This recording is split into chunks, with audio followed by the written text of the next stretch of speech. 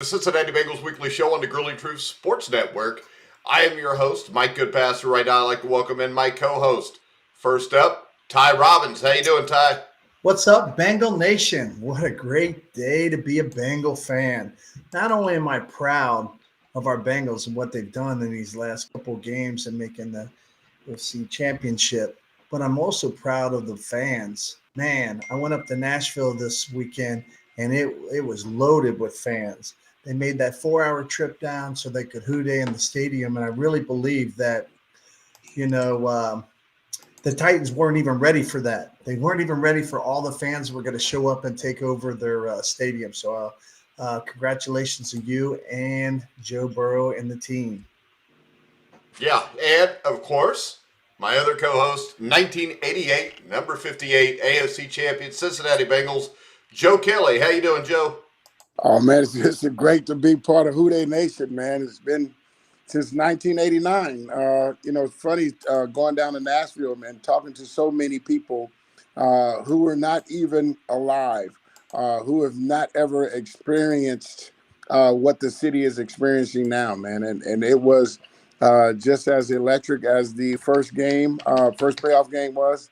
Man, if you were a bingo fan and you were in Nashville, I know you. We haven't had a feeling like that in 31 years, and it's been about 33 since we had the feeling of that possibility, man, of going to the Super Bowl. Never in our wildest minds at the beginning of the season would I say we'll be still standing in the Final Four, Mike.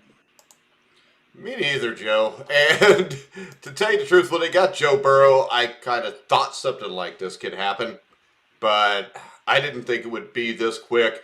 We want to send a shout out to Joseph Michael with his Who Day. Paul Sullivan, there's somebody who's played for us, Ty. He was 3 years old the last time they were in the AFC Championship game. And that's most people's story, because you got to be pretty damn old like me, Joe, and Ty to have seen it. Right now, I want to bring up that the Cincinnati Bengals Weekly Show and the Grueling Truth is powered by Betting.net. Betting.net is your best bet for finding the online casino or sportsbook that's right for you. All right, when we look at this game, everybody wants to talk about, Joe Burrow, Jamar Chase. The guy that stood out here the most to me in this entire game, Joe, was DJ Reader. Oh, yeah. Oh, yeah. You know what? I think even looking at his post-game interview, he went into that game, man, with a chip on his shoulder. He went in that game because obviously Tennessee has one of the best defensive lines in football as far as the front four, the collective front four. And he took it as a personal challenge. He took it as a personal challenge. We have our other stud out of there. So it was like they were going to dominate our defensive line. And, that's one of those things where you think about it. You sit down and you talk to each other. And at the end of the day, I'm saying here, I'm at this level for a reason. I'm at this level for a reason. And what I'm going to do, I'm going to show you and prove that, I am just as capable as, to do what their defensive line can do. So I think he took it as a personal challenge. And that being said, you see how good of a game that he had. Yeah, and when you look at it, Ty, when you stop Derrick Henry, the play action pass is not as effective anymore. Ryan Tannehill has to beat you just throwing the ball. And the defense, to me, ruled the day here. The first play of the game, Jesse Bates intercepts a pass and kind of set the tone for the entire day. Well, being in the stands and all the Bengal fans, and they're, excited.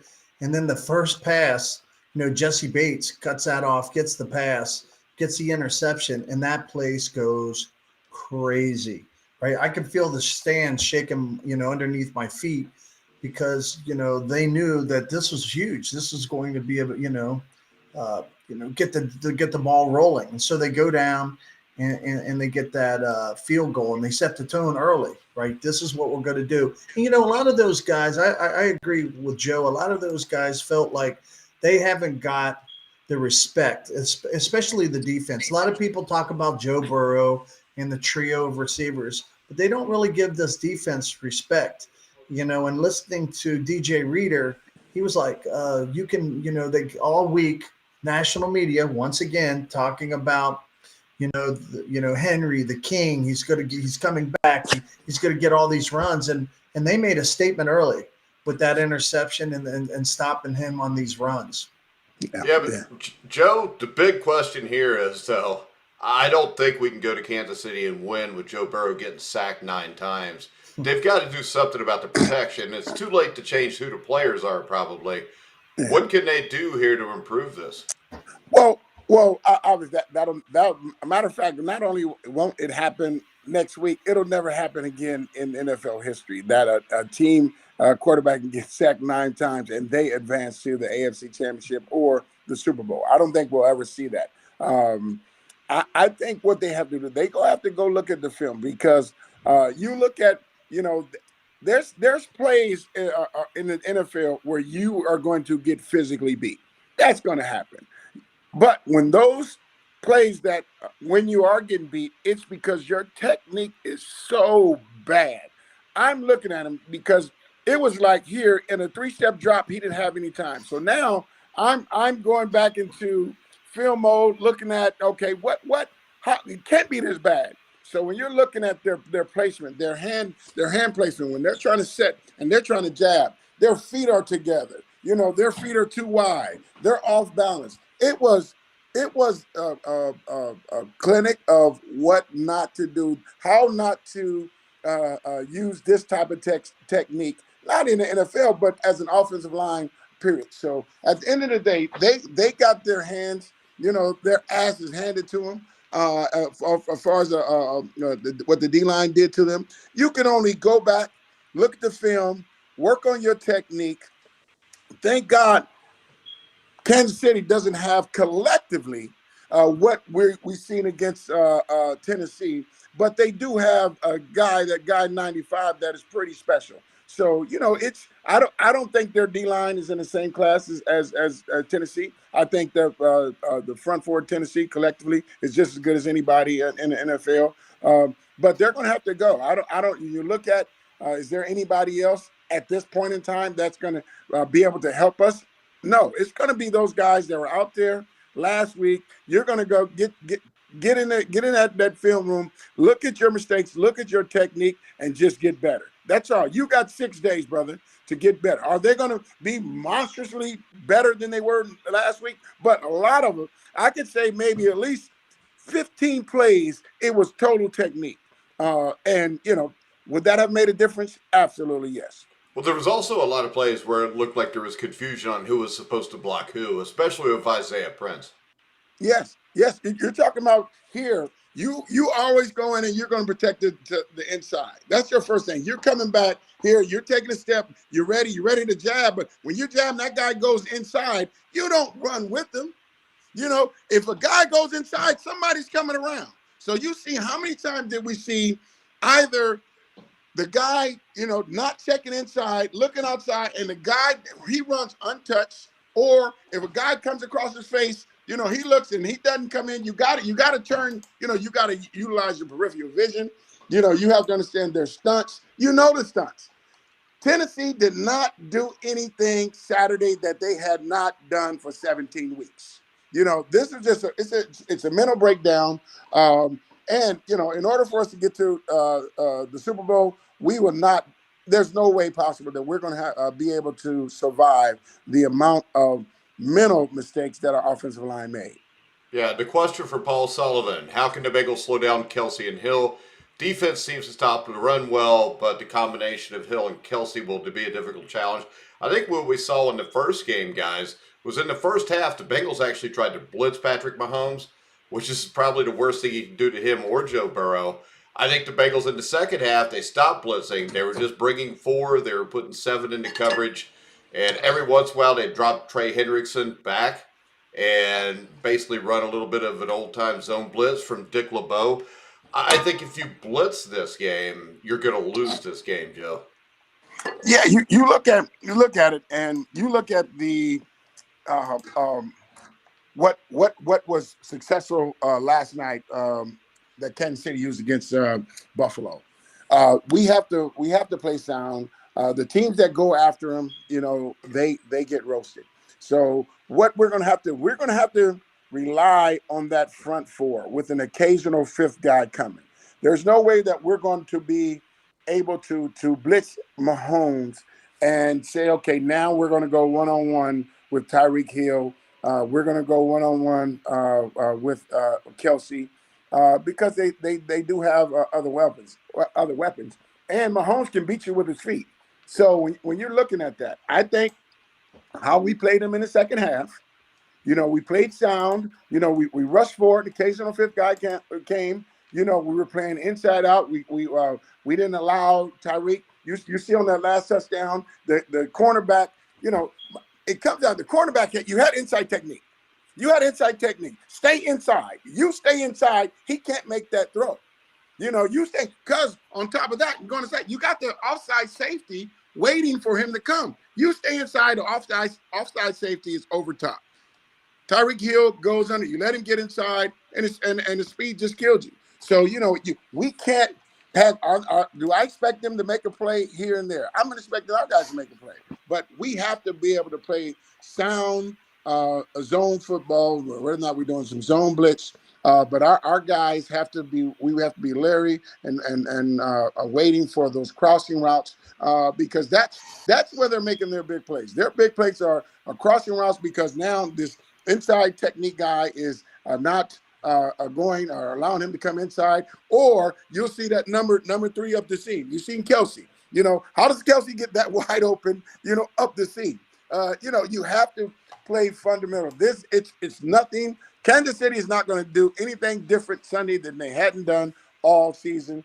If you go down and you make minimal mistakes and you do not execute the defense, Mahomes and those two guys can make this thing look real bad. But you have to execute the right defense because last night the soft cover 2 with 13 seconds left to me was absolutely mind-blowing. My point is this. You could go up there and just jam every receiver, hold the hell out of them, get a 5-yard penalty twice, and there's 4 seconds left and you're at the 40-yard line. To me, the way Leslie Frazier did that at the end of the game would make me not want to make him a head coach if I was the guy who was interviewing him. And, this team, you have to be physical with the receivers, and the key is to take away the yards after catch. So, I don't understand why also you played 10 yards off Tyreek Hill, which Buffalo did last night. None of that makes any sense. It looks like the old Bengals defense of the 90s and the early 2000s where you'd see the cornerback lined up damn near with the safety, and they'd give you that play. Now, that being said, defensively, the defense was the key. We talked about it in the game. And to me, Ty, one of the big changes here was when they went for 2 after you had the penalty, they put the ball down at the 1, and the Bengals, Von Bell comes out, Clay Johnston with a big stick to stop them. Analytics kills for NFL football coaches from what I've seen. I'm not a big believer in analytics. If the game's 6-6 and I'm the one coaching the defense and you go for 2 and don't get it, I don't all of a sudden feel so bad that I just gave up a touchdown because the game's tied instead of you being in the lead. It blows my mind that teams do that. And then the 4th and 1 call with Henry, where you do this slow play in the backfield where you get the fullback in front and you give a chance for penetration, which you can't do on 4th and 1. Penetration is what kills you. But with that being said, we're probably only going to see about 5 runs from Kansas City in this game. But Clyde Edwards-Helaire is a dangerous running back, so you kind of got to be ready for that too. So the thing that worries me there with just rushing 4 and keeping 7 in coverage is, does Helaire have a big game? And then the question on top of that is Andy Reid is known for not running the ball when he should. It cost him in Philadelphia in a bunch of championship games. So we got that going for us too. But this defense is going to be the key to winning this game. Yeah, you got to keep their running backs in check. We proved that the front 4 could do that. Even Zach Kern that came in played a pretty good game. So and you have to contain Mahomes. You don't want him out of the pocket, running loose. That's when he's going to make his big plays. So I think they're going to step up. The linebackers played pretty tough. To go back on their original when you said go for the kick or go for 2, I really believe that the Titans believe that was a gift, right? And the analytics guys were up there like, yeah, this is an easy. We're gonna get an easy 2 here. And when they lined up and went, when it didn't work out. I read an article from Boomer Esiason. He said, I'm not as smart as these MIT or Yale or any of these analytical people, but I do know that you don't go for two unless you have to later in the game, right?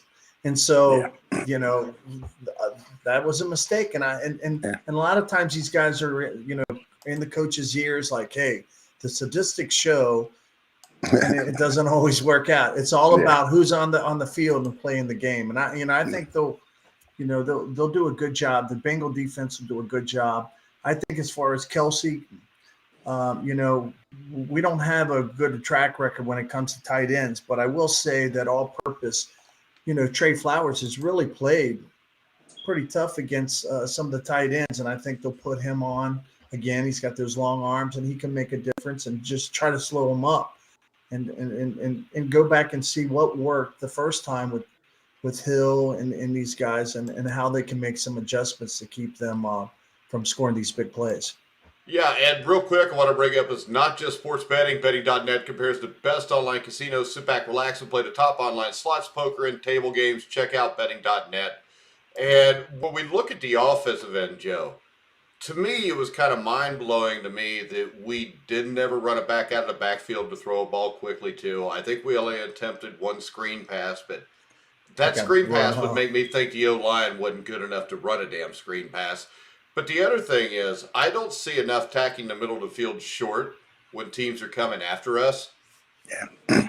Yeah. So, you looked at that. When we had to make a play, a play had to be made, it was over the middle. It was one of those short dumps, to Huzama, Boyd.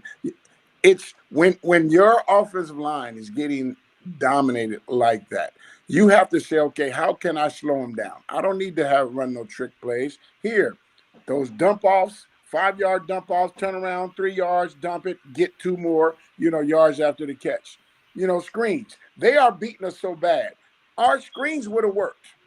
Screens would have worked. You have to find a way to slow down the defensive line. So even if they stop a screen here, stop a screen there. If you're running screen, if you're doing misdirections, these guys have to slow down. They have to slow down, because now what they're going to do, those outside guys are going to invert the line of scrimmage. So now you're going to have that opening. That the defense man is going to be up the field. These guys are shooting gaps. You have to create a way of slowing those guys down, because physically those guys were getting beat.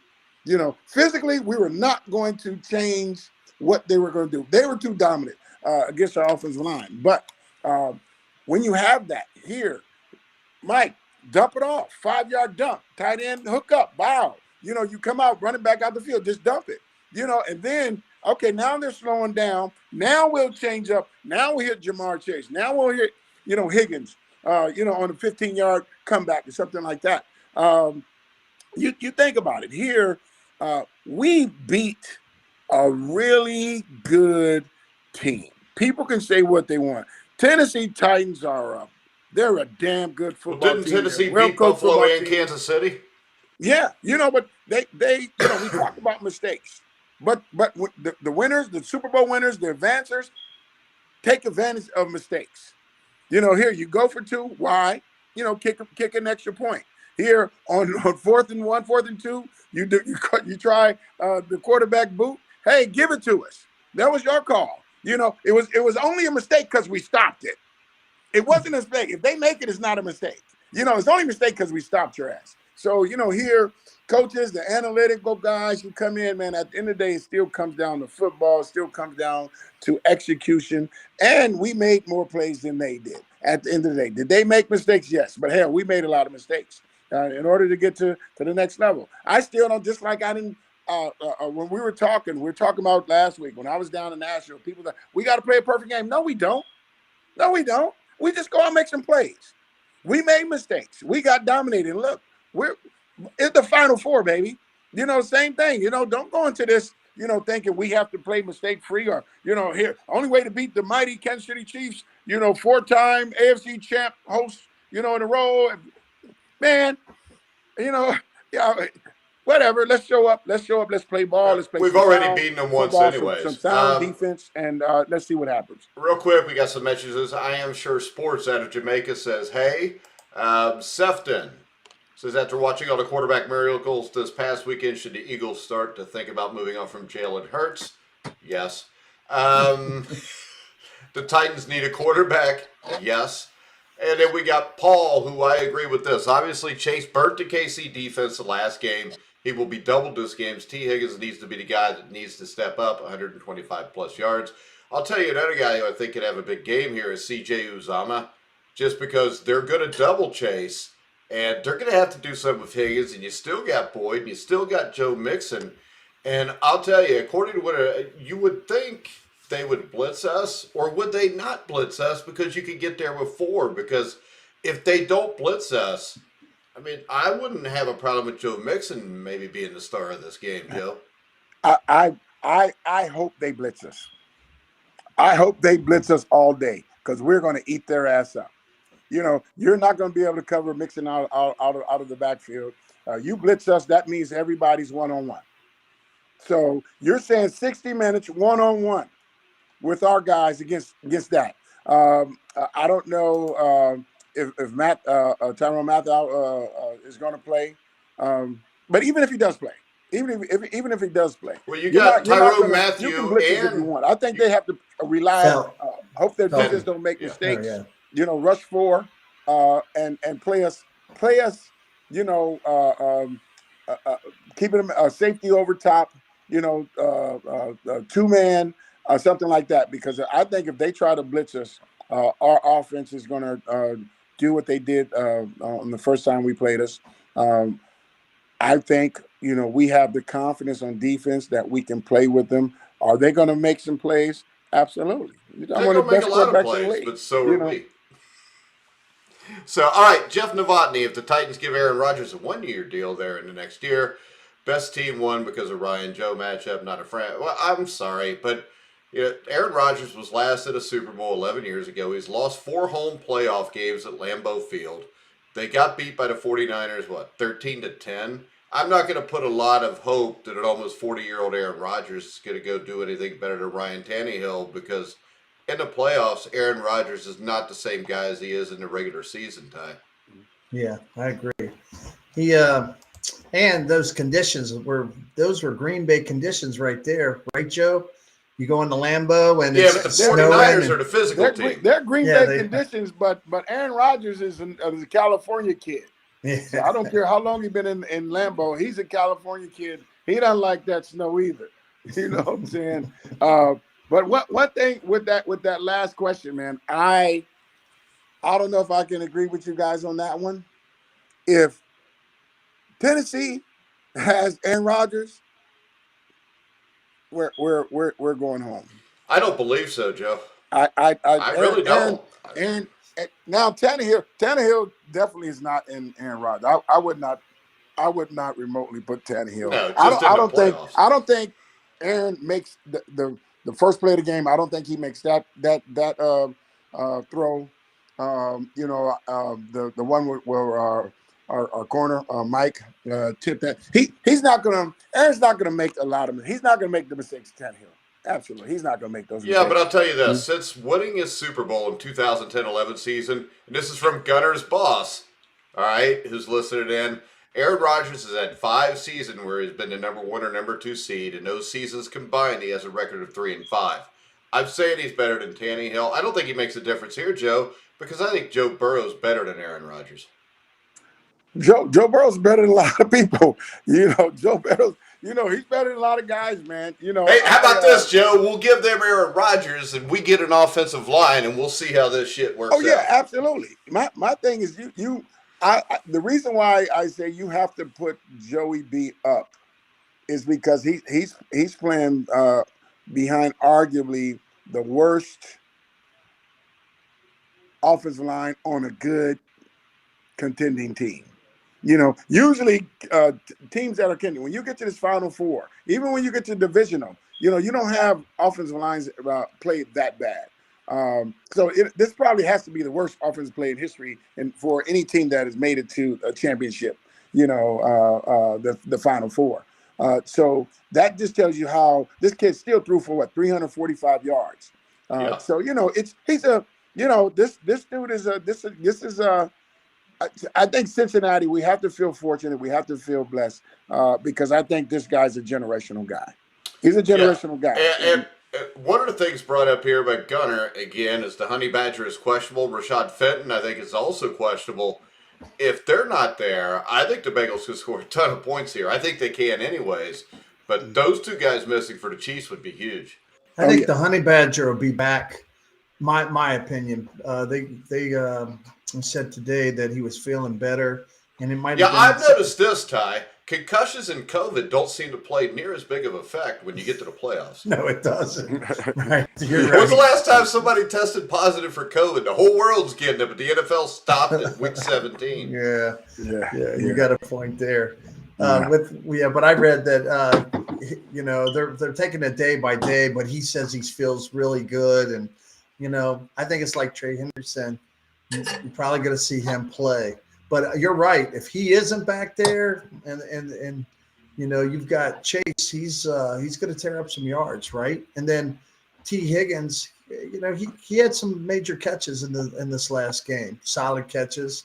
And it's always I feel like it's always been going back and forth. Even though Tyler Boyd didn't have a big game, he had like 2 catches in this last game. I think that's when he comes out. Everybody starts focusing on what these guys did from last week, whether it's Higgins or Chase, and then Boyd comes out and opens up the middle. And I agree with you, Mike. I think CJ is going to have Uzamo, he's going to have opportunity to make some big plays. Heck, he had, I think he had 71 yards in the last game, right? Big up the middle, some key third downs. So I think he's going to make a difference as well. All right, Paul says, does Patrick Mahomes have pressure on him? Is he feeling the heat from the up-and-coming Burrow? I think this. I think pressure on Patrick Mahomes makes him better. I think pressure on Joe Burrow makes him better. Yeah. I don't think if these guys lose, it's not going to be because they choked. It's going to be because somebody else made a hell of a play. Yeah. Kansas City's not going to lose to us because of Pat Mahomes. That won't happen. They're going to lose because our offense moves the ball better on their defense than they move on our defense.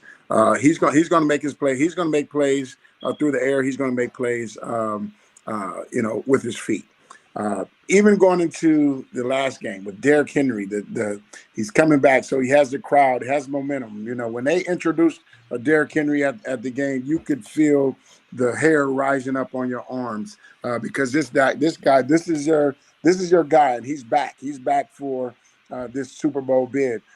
So when you look at that, and what he brought to Tennessee, I think here with Kansas City, this guy, he's a special guy. We can. There's areas where we can beat them, and we have to focus on those areas.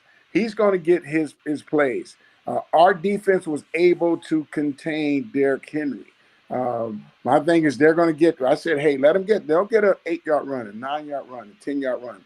Don't give them the 50-yard run. Don't give them the 30-yard run. And they contained Henry. And Henry was as much emotion I can imagine, the emotion that he had, overcoming him when he was coming into the game. But our defense, you play solid. Don't give up that big play. When AJ Brown, he scores a touchdown, we were in good position. We just didn't make the play. There was another long pass in the middle of the field. I thought Mike Hilton could have made a play on the ball. There's a time where Bill, it looked like they could have made a play on the ball, but they were trying to be, not make the tackle as opposed to making them play. If we go in and they're understanding here, Tyreek is going to have, the kid he's going to have a 12-yard, 18-yard here and there. Let's not give up the 62-yarder. Let's not give up the 40-yarder. Make them work. If you make them work, each drive, it will be a special day. in Cincinnati. But we have to make them work, man. All right, I am sure sports. Sorry, guys. The Chiefs going all the way to the Super Bowl. Put your house on it. Blah blah blah. All right, so I don't care. Next up, Gunner's boss says Patrick Mahomes has ice veins. He don't know pressure. Well, I'll tell you what, Gunners. I watched him in the Super Bowl crack last year, and that was from defensive pressure up front. And we also watched it happen in the second half of the Bengals-Chiefs game where Trey Hendrickson and Sam Hubbard, I think the Bengals sacked him 3 or 4 times in that second half, didn't they, Ty? Yeah, and you're talking about Patrick Mahomes, but let's talk about Joe Burrow and being calm. When you watch him, just wait out in the huddle, get the call, comes up. He's gotten a lot better. You got to remember he was out most of the year last year, and really coming in this year. He's a year and a half into his career right now, and nobody has ever done this, including Patrick Mahomes. Patrick Mahomes was, behind Joe Burrow at this point in Joe Burrow's career, and it wasn't even close because Patrick Mahomes actually sat for a year behind Alex Smith to sit and learn, and then he played in the second year. So Joe Burrow has done this. I've never seen anybody this good this quick. Well, he does a great job of reading defenses, right? Putting his guys in the best position to score. And they're going to get him on a couple stunts here and there, but he retains that. He knows what to do. He knows how to make adjustments at the line. He's got the talent too. And when you get sacked 9 times and get back up and throw the passes, especially to Chase, to get in position for that field goal, and you're not shaken by that, you're not – you're throwing off the quick passes. That's veins. That's ice in your veins right there. That's how I consider it, right? I don't know if you guys really understand how, because Pat Mahomes he does have some ice in his vein. But number 9, if you look at that throw, you're in that situation. We had throw to Chase at the end of the game. Hey, he went back. Great throw. I was right there on that side. He threw that ball as Chase was making a fake toward the post. He threw that ball right there. That ball had left his hand, and Chase had not even come out of his break. You're talking about a perfect ball, trusting Jamar is going to be where that ball is. The ball was perfect. The velocity on the ball was perfect. The placement of the ball was perfect. And that was, it can't get any more crucial than that play, and that ball was perfect. If you guys really have a chance again, to look at that play, look at Jamar Chase, even before he goes into his break, Joey threw that ball, man, and it was perfect. That's the special thing that this kid has is Patrick Mahomes. We don't need to go in and saying, hey, wait a second. Here, we got to jump here. This dude is a special guy. Pat's a special guy, but our guy, we got a special guy too. Here you go. Okay, let me have this one. Come on, Mike. He cracked because he had no offensive line in the Super Bowl, talking about Mahomes. Brady crumpled yesterday because his O-line was depleted too. All right, so what you're telling me is this. Patrick Mahomes' offensive line crumpled. He lost. Tom Brady's offensive line crumbled. He lost. We've never had an offensive line in front of Joe Burrow in Cincinnati, and his ass still won the game. So when you want to compare them, I'll give you this. 5 years from now, when you have any conversation about the best quarterback in the NFL, very few people will bring up Patrick Mahomes. He'll be the number 2 or 3 guy behind Joe Burrow. Joe Burrow will be better than Patrick Mahomes. I have no doubt in every fiber of my body. I watched them play. There are no weaknesses with Joe Burrow. There still is with Patrick Mahomes. That's the quick throws, the checkdowns that he still wants to throw 100 miles an hour. And it cost him in the Super Bowl last year with 2 or 3 incompletions that would have been first downs. So when you want to talk about how great Mahomes is, remember, Joe Burrow got sacked 9 times in a playoff game on the road at the number 1 seed, and he won. In the Super Bowl, Patrick Mahomes got sacked what? I don't know how many times, but he lost the game. Joe Burrow won the game anyway.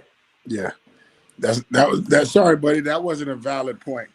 Because it was valid to make our point, Joe. yeah, he made our point. You made the point for us. Because when you got a kid that got sacked, first of all, he got sacked 9 times. He got hurried another 10 times, at least. So, I mean, it is what it is.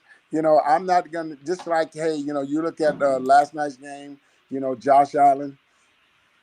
Could Josh Allen have played any better than he played? No. No. You know what I mean? So it's going to come down to, execution.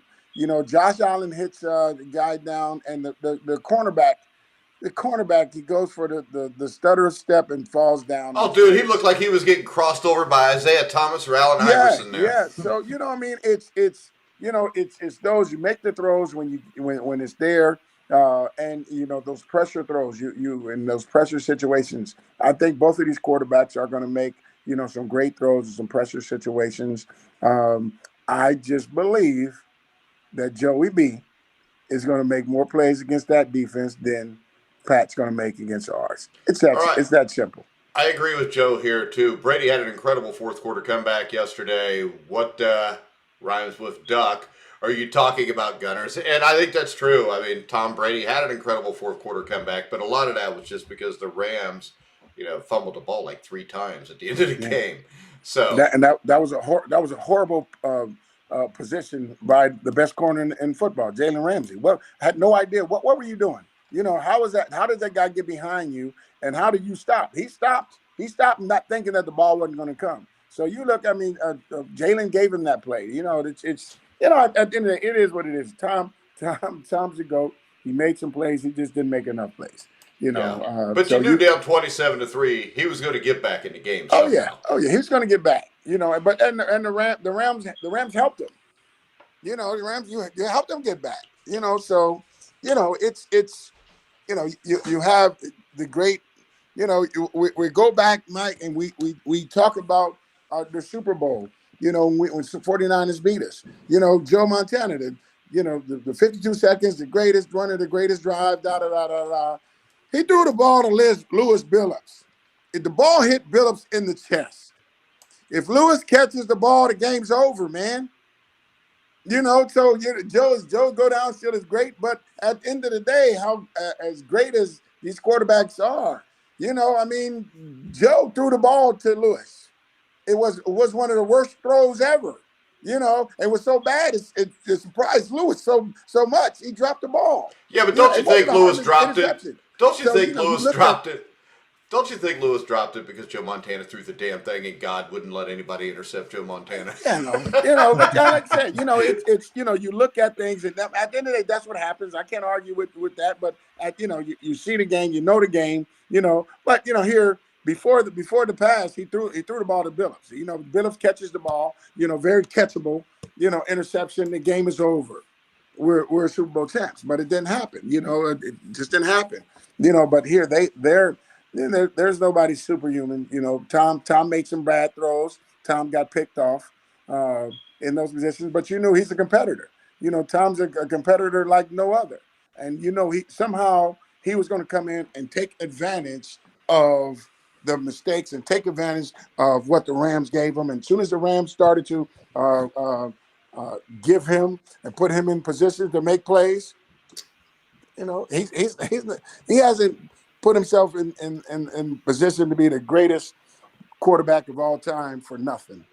You can't give a guy like that, those opportunities. And I think we have a kid here in Cincinnati that went in there with ice in his veins, and I had to get my team down in the position for our kicker. And you're talking about a guy with ice in his veins. Did you guys hear what Christian told Joey before he walked on the field? Yeah, I told him we were going to the AFC Championship game, because that's the other thing here. And people miss this. And Gunner says, I agree, Joe might have a longer career because he doesn't take the risk Patrick does. So that's just bullcrap. I mean, he takes risks. So, whatever. And he says the Bengals is not going to the Super Bowl. I hate to tell you this, but I guarantee you this, Gunners.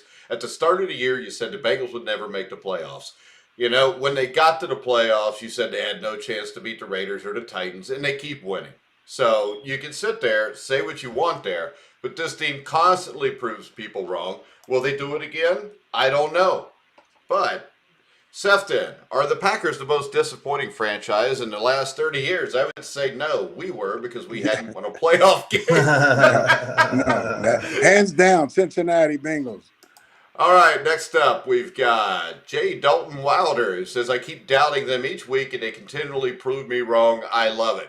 So, yeah, I mean, that's the thing. I mean, the other thing is this. You know, NC State never should have beat Houston. Georgetown never should have lost to Villanova.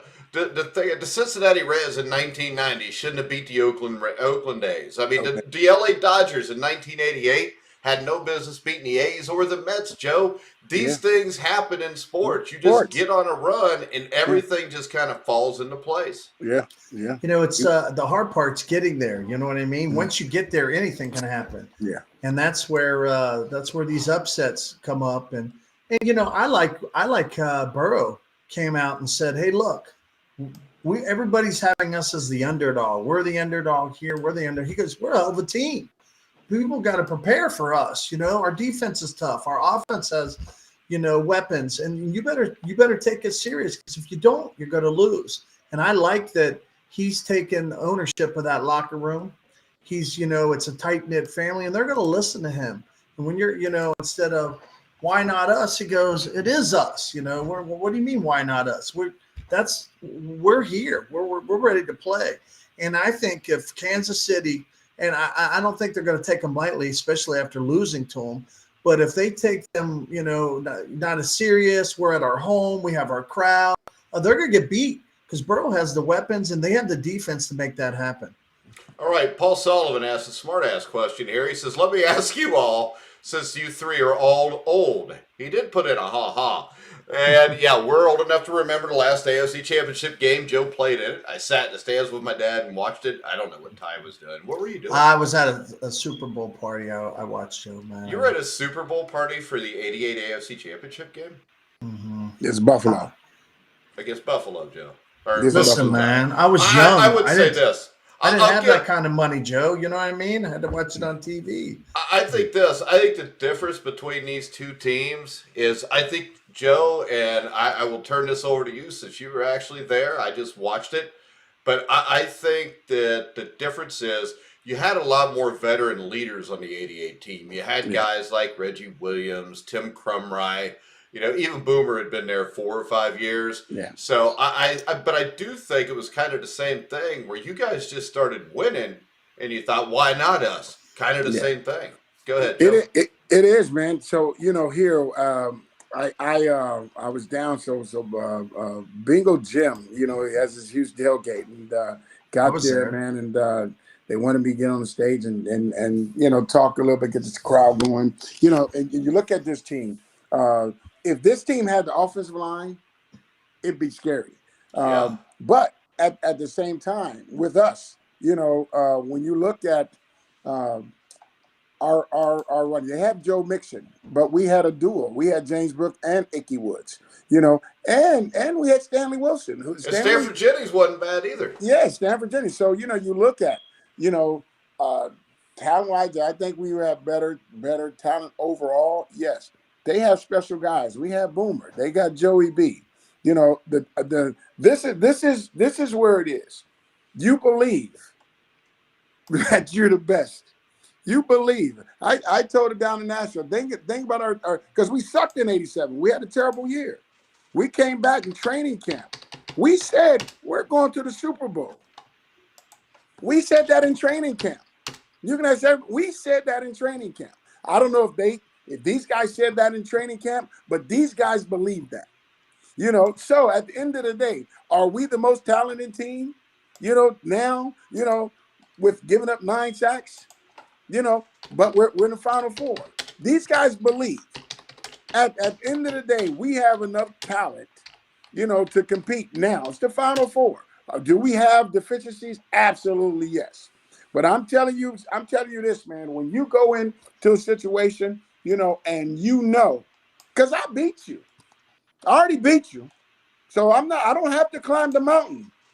I defeated you.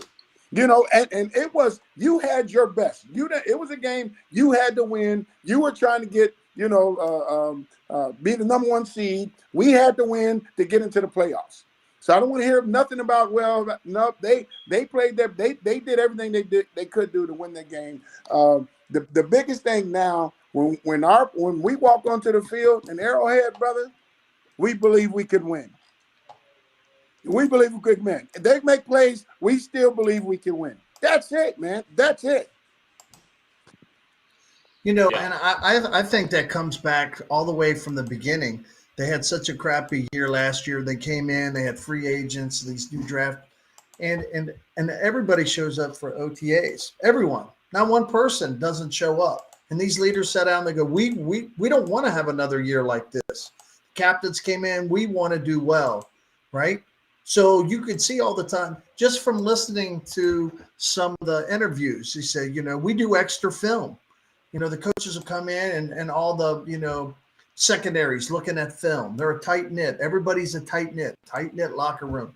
And they want to play for each other. And when you have that in a locker room where people want to play for each other and they're willing to do the extra work and there's no ego, no telling how far you could go. And it doesn't matter if they get behind, because you've seen, this year, we get behind in games and Joey B comes out and they believe in him so much that, they're never out of it. So it's going to be a hell of a game in Kansas City, and I'm going to be there watching. Me too, baby. Got the ticket, booked it. Yep, me too. Well, I'm just going to watch it on my big screen TV. Yeah. Gunner's boss says, I want to look up Joe resume. What's his name on Football Focus? It'd probably be Joe Kelly.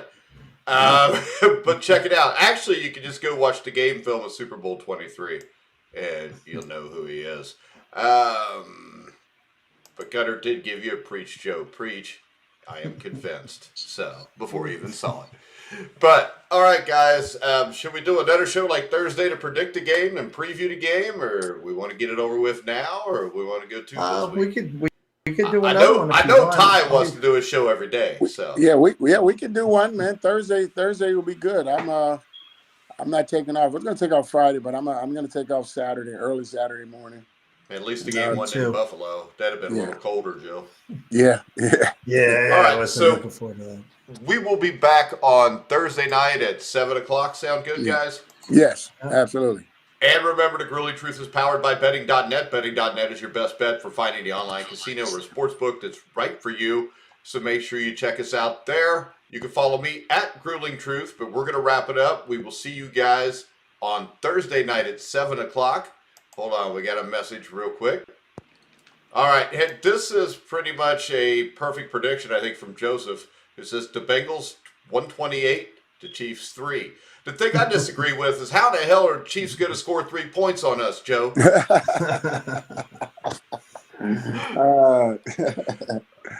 Okay, right now, Gunner says, okay, Mr. Joe Kelly, I'm going to go see your highlights. All right, just go watch Super Bowl 23. Watch the player introductions, because that was still my favorite Joe moment. Joe was pumped up. Yes, all right, guys, we're going to wrap it up. We'll see you this Thursday to preview the AFC Championship game. Maybe we'll have a special guest with us, so keep an eye out there. But for now, for Joe Kelly, Ty Robbins, I'm Mike Goodpaster. You've been watching and listening to The Grueling Truth, where the legends speak.